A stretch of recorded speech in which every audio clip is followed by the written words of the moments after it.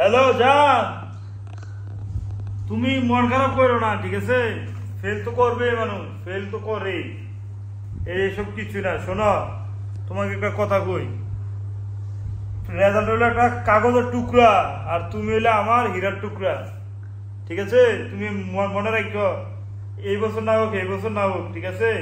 মাত্র তো 15 বছর হইলো, আরো 3টা বছর পরীক্ষা পাস করবা লাগাইয়া। তুমি 3 বছর ফেল করো না, সমস্যা নাই তো।